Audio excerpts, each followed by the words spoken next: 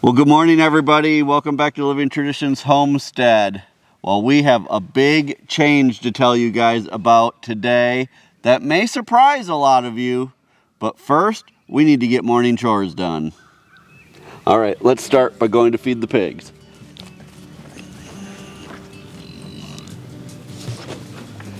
Well, good morning, piggies. Looks like everybody's excited to eat this morning. Are you guys hungry for breakfast? You are?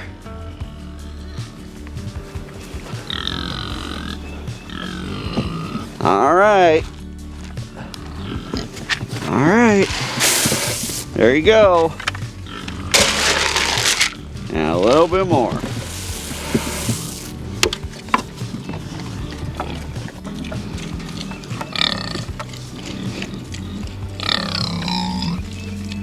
Good morning, Myrtle. Good morning, Ginger. There's enough to go around. There you go. Ginger, you're looking pregnant, Mama. I think Ginger's got a belly full of babies. That's exciting. If we have the timing right, I think it's going to be sometime in April that she has her babies. All right, Charlie's getting impatient.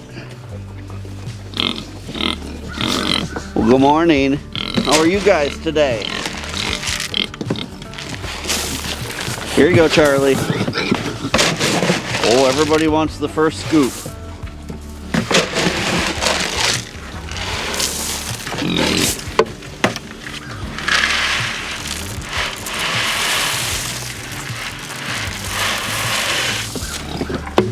All right. These guys, pretty soon we'll be moving Donna and Linda out from Charlie's pen. We're pretty sure that they're both bred. But we want to wait just a little bit longer because we haven't actually seen Charlie breed with Donna yet. So we're going to leave him in just a little bit longer. Plus, he likes having some roommates. All right, you guys. We'll see you this afternoon when we bring your dinner out. It's going to be a great day. Enjoy the sunshine. I don't think they've seen the weather report yet, but we're supposed to get snow tomorrow. All right, let's go take care of the chickens and the ducks.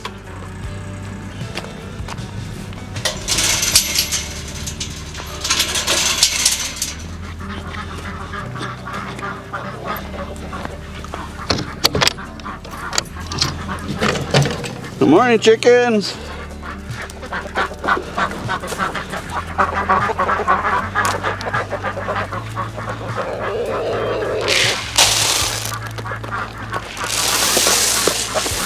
There you go. You guys get a head start before the ducks get here.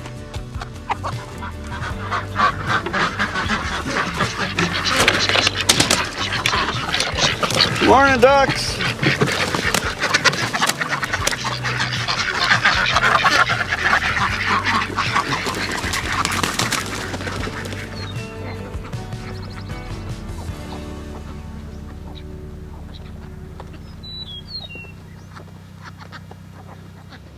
Are you ready, girl?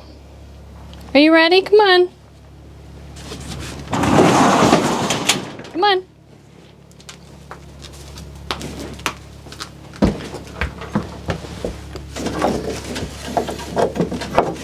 Gotta shut the door so Hudson doesn't get in.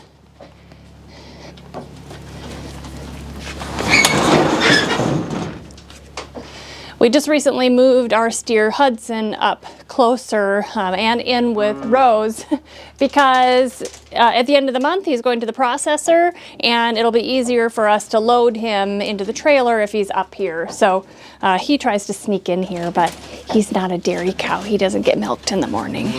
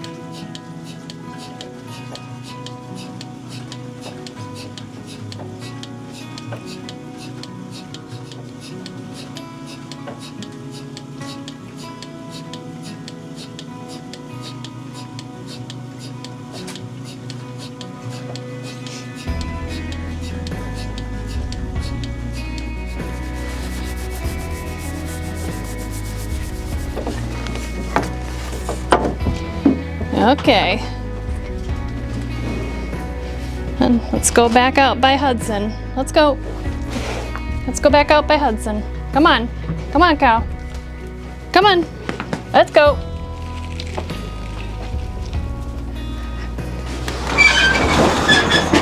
Good morning, quail.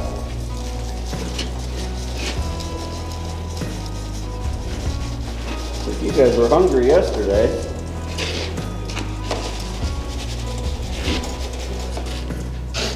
All of the quail are doing great.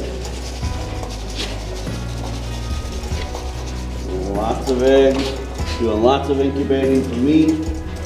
Took 2 eggs already this morning. What about you guys? Are you ready for breakfast too?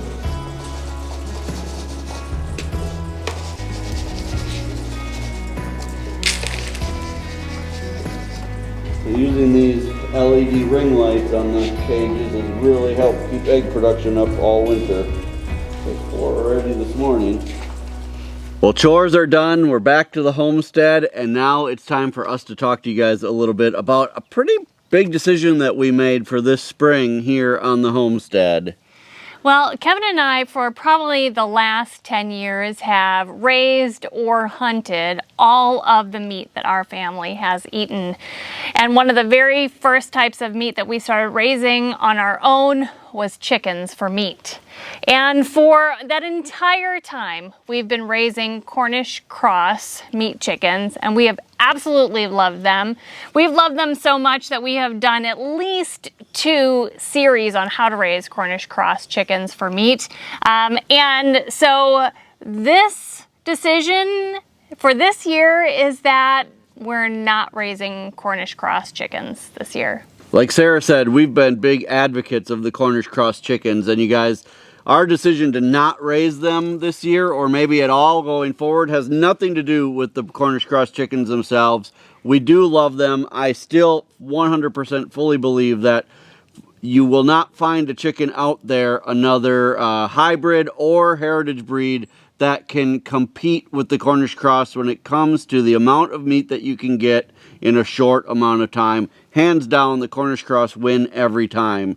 That didn't even factor into our decision this time when we're trying to find something to replace them. We didn't even go into it thinking we could find something that could beat them in that category. So it was a hard decision to make to move away from the Cornish cross chickens, but there have been a couple things that have happened over the last year that have made us change our mind. One of the main reasons was last year when it came time to put in our orders for the Cornish cross chicks, they were going so fast, and in a lot of cases people weren't able to get the chicks that they needed to raise their own meat for the year, and that was a little bit scary for us. Right. Now if you guys go back and watch any of our old videos about Cornish cross chickens, one thing you'll hear me say time and time again in those videos is that we will continue raising the Cornish cross chickens until it gets hard to start getting them, or until they're not able to be purchased anymore. And you guys, last year, even though we were still able to get some last year, and technically we probably could have still gotten some this year, with how fragile the supply chain has gotten in so many other areas this year, that along with shortages already last year of the Cornish cross, it just made us nervous enough that we decided it was time to start looking for a replacement.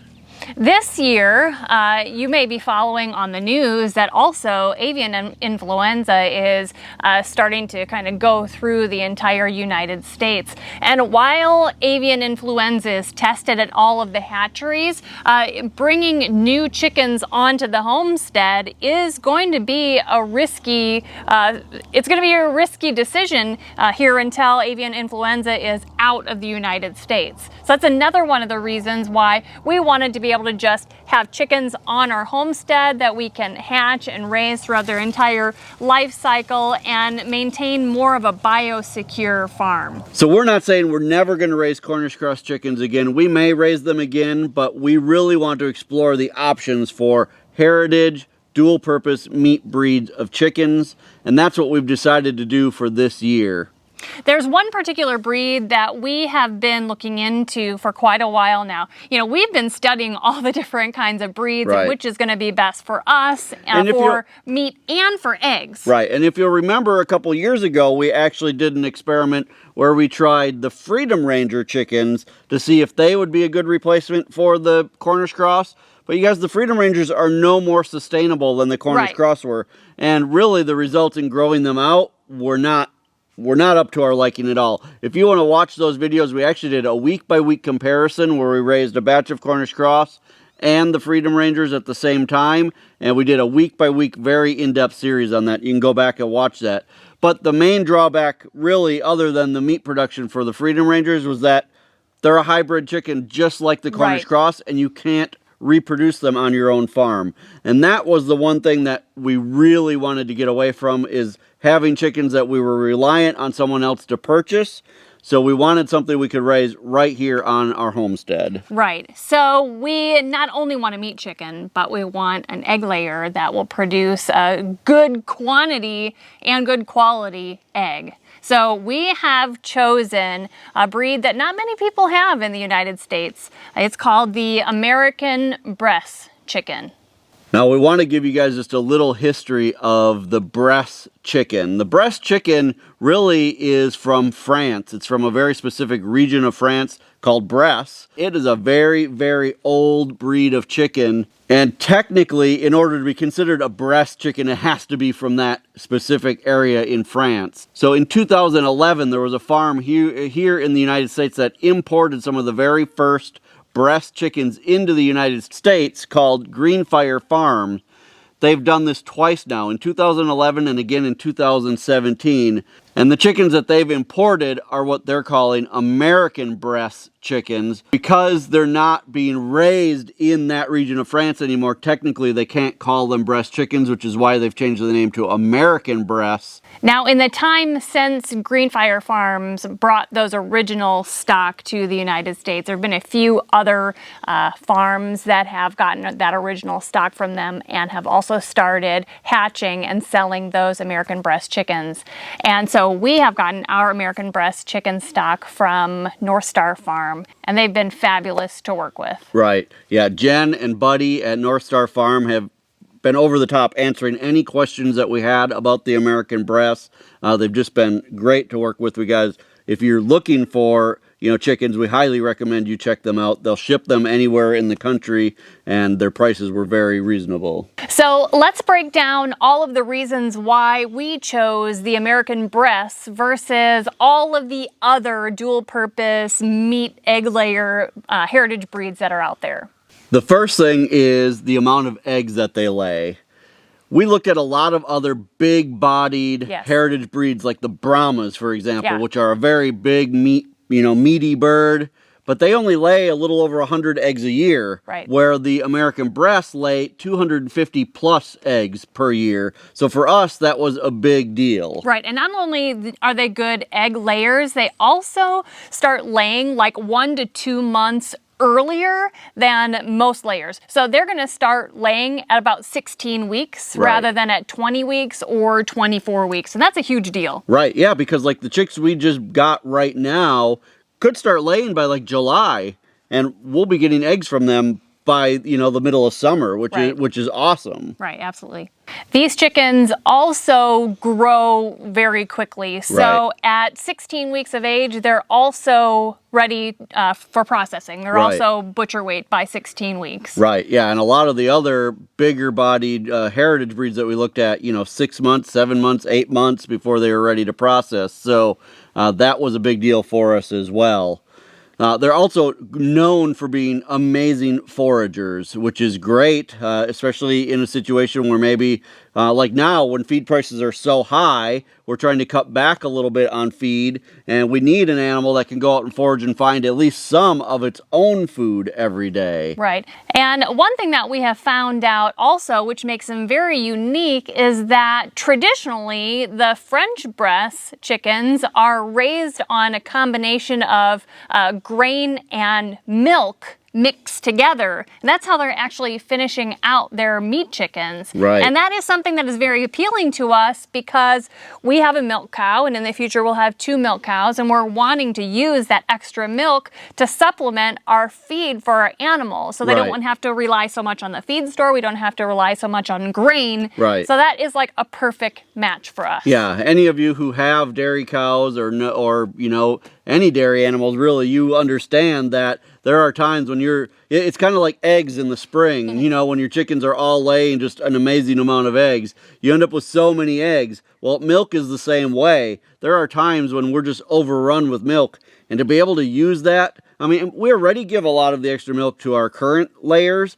but to know that this is the way these chickens were traditionally raised and that we could kind of continue that on would just be awesome. And that was really one of the things that sealed the deal for us on getting these American Bresse. Now, the French Bresse, the Bresse that are raised in France, they have also traditionally been thought of as like the best tasting chickens in the world. Right. And I think a lot of that is attributed to the way that they finish them on grain and milk.